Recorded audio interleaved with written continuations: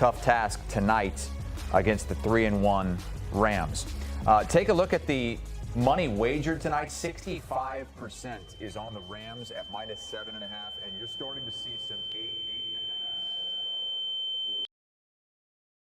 In 2024, U.S. sportsbooks took nearly $150 billion in bets. That's a very big and scary number, but here's a question that might be even scarier. How many of those bets were made because someone couldn't stop? From a psychological perspective, sports fans are a weird bunch already.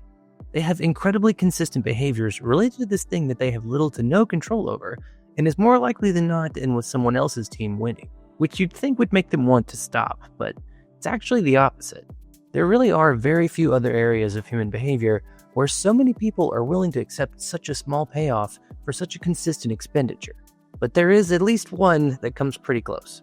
Since 2018, sports gambling has taken off in this country in a way that not even its biggest advocates could have possibly predicted. In just a few years, it's gone from being the third rail of American politics, because no one even wanted to touch it, to sports books accepting the GDP of a small country worth of bets that were completely legal. But that huge shift did not happen in a vacuum, and because it's such a sensitive issue, I felt like I needed to bring in somebody who actually knows what they're talking about. Jonathan Cohen is the author of Losing Big, America's Reckless Bet on Sports Gambling, a book that looks at the history and sociological effects of legalizing sports gambling. If you're like me and you find this topic absolutely fascinating, I can't recommend it enough. But my favorite part about Jonathan's approach is that he doesn't shy away from the nuance that I feel like is appropriate if you're going to talk about this issue fully. The key word in the title of the book is reckless, right? And I think that the way, I'm not against sports gambling. I, in fact, do gamble on sports every once in a while. But I think the way this was rolled out was reckless. And the current sports betting setup is more reckless than it needs to be. And people are getting hurt who don't need to be hurt. I just want to be upfront here and say that my goal in making this video is not to make people who bet on sports feel bad about it. I mean, there are definitely some people in this story who should feel bad, but I don't think I'm giving too much away by saying that it's probably not the gamblers themselves. Instead, my approach is to try and highlight the psychological processes that make gambling appealing in the same ways that being a sports fan can be. Which is to say that no matter how much losing is going on, once you've started, it can be really hard to stop. The leagues had a love-hate, mostly hate relationship with gambling, sort of going back to their inception. The NFL banning any reference to gambling on any of its broadcasts, the notorious Black Sox scandal or Pete Rose, the sports leagues doing everything they could at every opportunity to say, we hate gambling, gambling is bad. But there's also this sort of like secretly, they benefited from gambling in every respect too. And that, of course, lots of people were still gambling. They were gambling illegally. And gambling was unquestionably driving interest in the product. The history of sports gambling becoming legal in the US is kind of a weird one because, bizarrely, it's sort of an underdog story, only with a pretty massive twist. Back in 1992, with the help of New Jersey Senator and former NBA star Bill Bradley, Congress passed PASPA, a law that basically said if your state doesn't already have sports betting, it's not going to have sports betting. For a lot of its lifespan, the Bradley Act seemed like it was unassailable, like something you'd have to either be very brave or very stupid to try to overturn. The law was written in the first place to protect things like morality and fairness in sports, and who really wants to stick their neck out to try and stop those things? But while Congress may have succeeded in making gambling harder, what the Bradley Act definitely did not do was make people want to stop gambling. If anything, it appeared to do the opposite.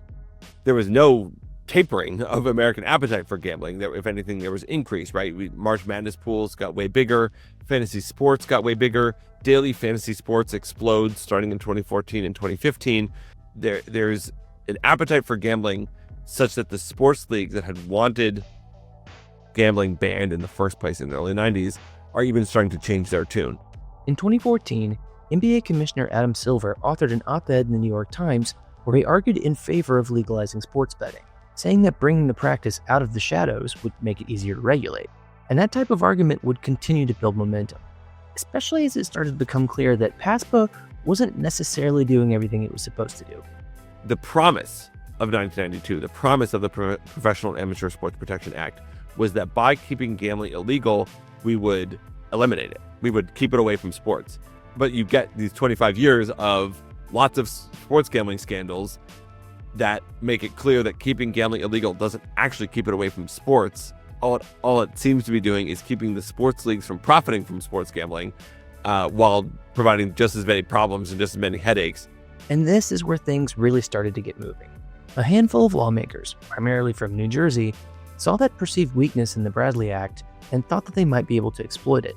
And it took a few tries. First, they passed a bill in 2012 that made sports gambling legal, which was immediately shut down under PASPA. Next, they tried passing a slightly sneakier bill in 2014, saying that they wouldn't legalize sports betting, but would simply repeal the ban on it. The courts shot that one down too. But in 2018, New Jersey Governor Chris Christie and his team tried something different. In the case that became known as Murphy versus NCAA, they argued that not allowing states to determine their own stances on sports gambling violated the 10th Amendment. And somehow that worked. In May of 2018, PASPA was overturned, and within a matter of weeks, several states, many of whom had what are known as trigger laws ready to go just in case something like this were to happen, had legal sports gambling up and running. And that eagerness from the states should not be a surprise, because just like the sports leagues themselves, states like New Jersey, Delaware, and Mississippi saw an opportunity to make a ton of money. Gambling has always been seen as a quote-unquote painless source of tax-free income. Legislators always seem to think there's more money in the gambling cookie jar. They always seem to think people are gambling anyway, we might as well make money off of it. And that's it. The timing on this is also pretty important. When COVID hit in 2020, states all over the country found themselves in a fiscal crunch. And while they may have had some moral reservations about sports gambling before the pandemic, suddenly they weren't as worried about that kind of thing. All of that untapped money was just sitting right there, waiting to be extracted from people who are already spending it somewhere else anyway. But here's the thing about free money. It doesn't actually exist. If you got Chris Christie in a room and you injected him with truth serum, and you said, hey, when you started the legal crusade that ultimately overturned this law and allowed for sports gambling to be legal, were you imagining like, hey, you could bet on like the Knicks over and, the Packers under and, the game by game money line, sort of regular vanilla ice cream? Or were you imagining a frictionless betting app where you can bet multiple mortgage payments on Malaysian women's doubles badminton? Like, is that really what you wanted? Did you want to be able to bet on the speed of the next pitch in a baseball game? At its core, this is a story about control. People like Adam Silver argued that the rationale for legalizing sports betting was so that it could be controlled more easily if it was out in the open. The states were willing to spend years locked in legal battles so they could get some kind of control over a very lucrative and growing betting market. But on a different level, this is also a story about what we can and can't control about our own brains. My whole thing about this is that if the people making these laws had focused less on the morality at play here and more on the psychology aspect, they probably would have asked a different question, which is, why are people gambling in the first place? And the answer to that is one word: reinforcement. I think that reinforcement might be the most powerful force in all of human existence. It explains so much about how and why we do the things that we do. But in this case, what we're really talking about is called partial reinforcement or intermittent reinforcement. If I'm putting a golf ball that's 3 inches away from the hole, I'm pretty sure that's going in every single time. Or at least I would hope so. That's continuous reinforcement. If I'm lining up a putt from 60 feet away, however, my expectation is going to be very different. And if that somehow goes in, it's going to feel absolutely incredible. But here's the thing about that. Even if I know deep down that I got lucky and what happened was a 1 in 100 occurrence, the next time I step up to take a putt like that, my mental math is going to be way off. Because that feeling of success, even in ridiculously unlikely circumstances, sticks with you. That is the partial reinforcement effect. If you win once, you'll keep going, convinced that it might happen again, even if the odds themselves haven't changed. That doesn't make any sense, but our brains are incredibly quick to fall into the trap of thinking that the next attempt, the next putt, the next lottery ticket, the next multi-leg parlay is going to be the one that counts. Intermittent reinforcement is so dangerous because it gives the illusion of control. But what's actually happening is that it's controlling us. And you know who else knows that? The gambling companies. The mistake people often make is trying to tell potential gamblers that the math is not in their favor and that what they're doing is risky. They know, and they're doing it anyway, because it being a possibility, not a probability, is part of what makes it fun. Instead, My goal is to try and show some of the cognitive biases that gambling companies try to exploit to keep people making bets. Because if you know they're out there and can recognize some of the traps being set, you can make better decisions with those things in mind. Let's start with one of the simpler ones, just called the gambler's fallacy. The gambler's fallacy relies on our natural instinct to perceive meaning in things that are probably just random events. Let's say Asia Wilson hasn't gotten a double-double in a few games. Because she does that a lot, you might think, perfectly reasonably, that it's bound to happen sometime soon. And is that true? Well, maybe, but also maybe not. Either way, a gambling app might set up a prop bet by pointing out that Asia Wilson hasn't gotten a double-double in X number of games, enticing a bettor to recognize and act on a pattern that might not actually be there. And they haven't outright lied by saying that, but they have taken advantage of a weak spot in our cognition. A similar one is the near-miss effect, where a gambling app might highlight the fact that you hit your first 3 legs of a 4-leg parlay, even though that still counts as a loss. Your brain perceives that almost success a lot like it would an actual success. That feeling keeps you motivated to continue betting. Another is the availability heuristic, which is our tendency to make decisions based on how easily we can recall examples of something happening. If the only Braves game you watched in 2025 was the one where Nacho Alvarez hit 2 home runs against the Tigers, you might think that he was a power hitter who did that all the time, not realizing that those were literally the only 2 home runs he hit all season, and indeed the only ones he'd hit in his career up to that point. Having good ball knowledge doesn't make you capable of predicting the future, and it definitely doesn't make you a good sports gambler. Because even though sports betting is set up to look like a game, it's not a fair one, and it never has been.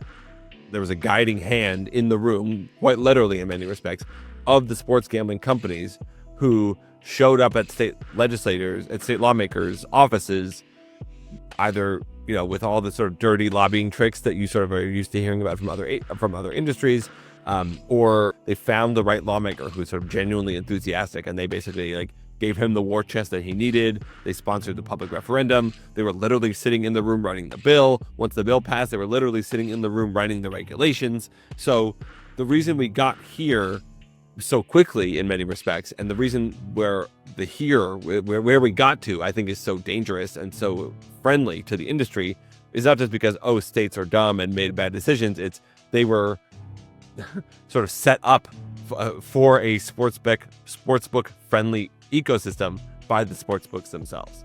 Well, that doesn't sound good, and it certainly doesn't sound like the environment that Adam Silver was talking about in 2014, where bringing sports gambling out of the shadows would make it more respectable and easier to regulate.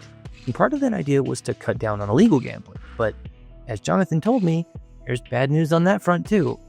Indications are that people who were gambling illegally are such sickos and are so used to gambling illegally that they're going to keep doing it, right? They really like their bookie. They like betting on credit, which of course you can't do legally. They like betting anonymously, so they don't have to accurately file their taxes.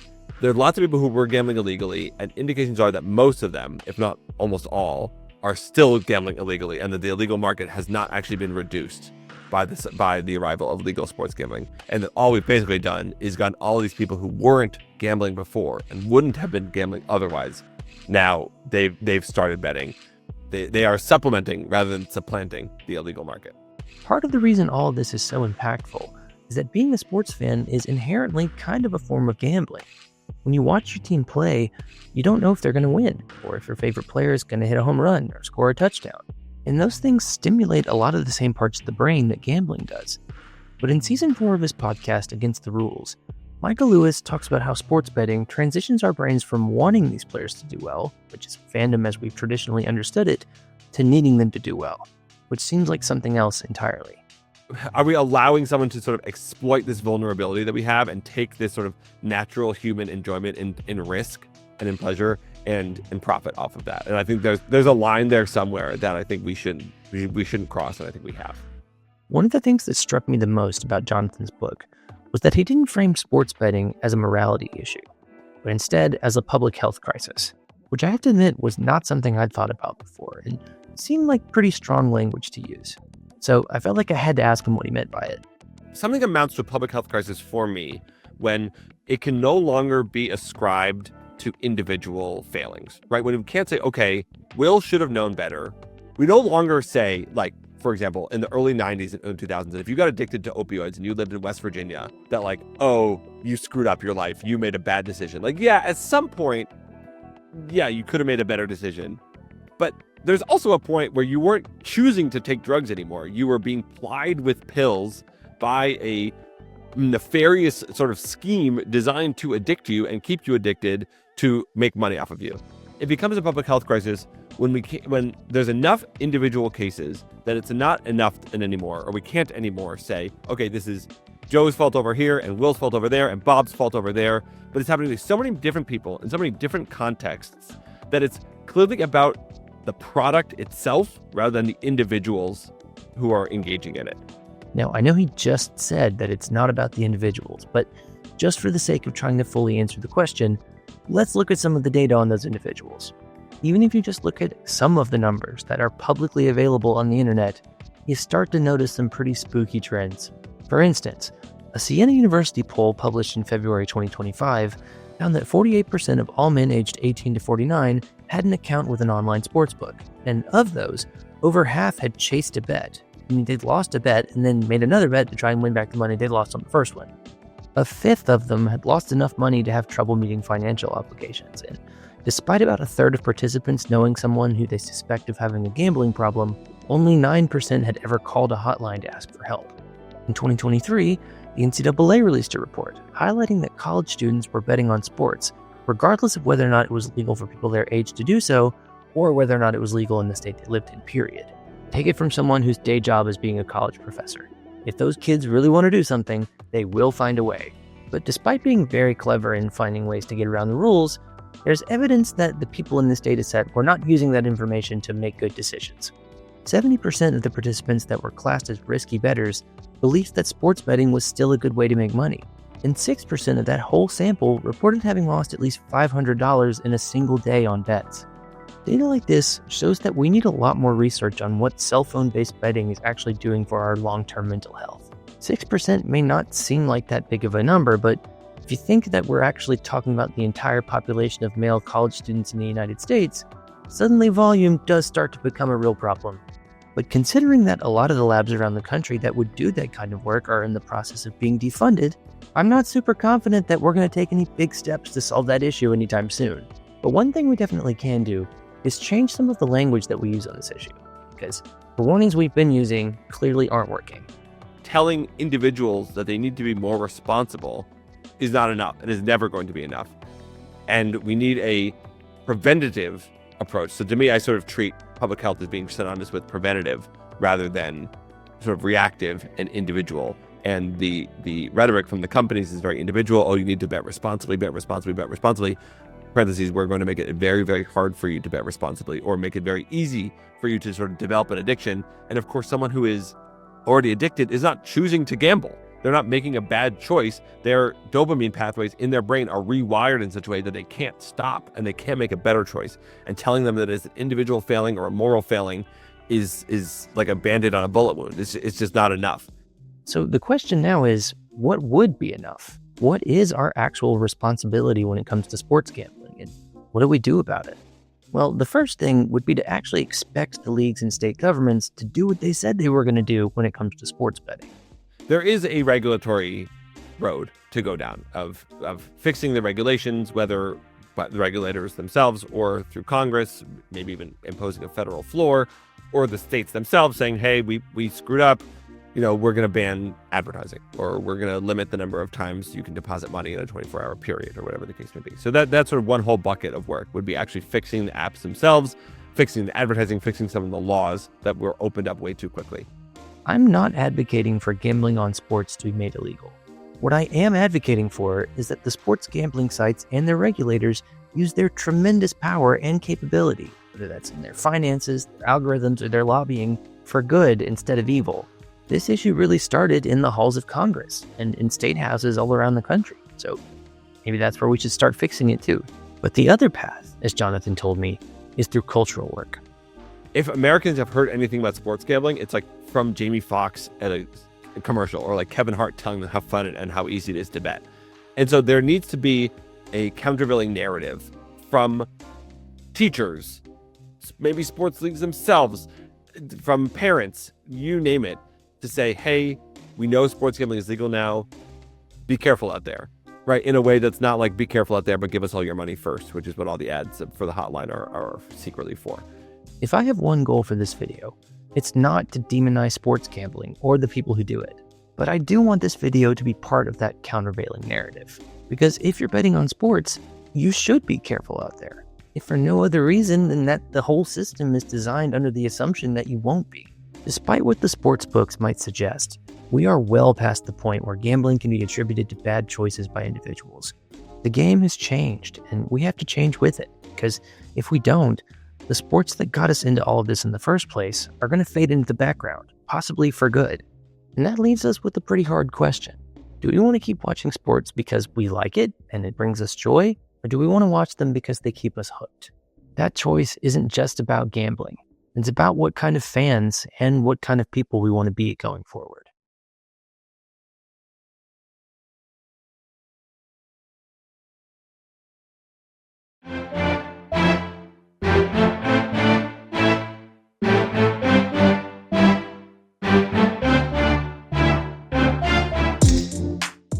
Hi everybody, I'm Will, and I am very grateful that you stuck around all the way to the end of the video.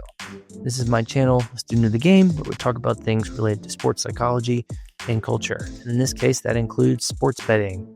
I have been trying to make some version of this video for quite a long time, and because of that, I want to say a big thank you to Jonathan Cohen for writing his book and for being willing to participate in this. I'll put a link to some of his work in the description, as well as a link to our entire interview, which is available on our Patreon page.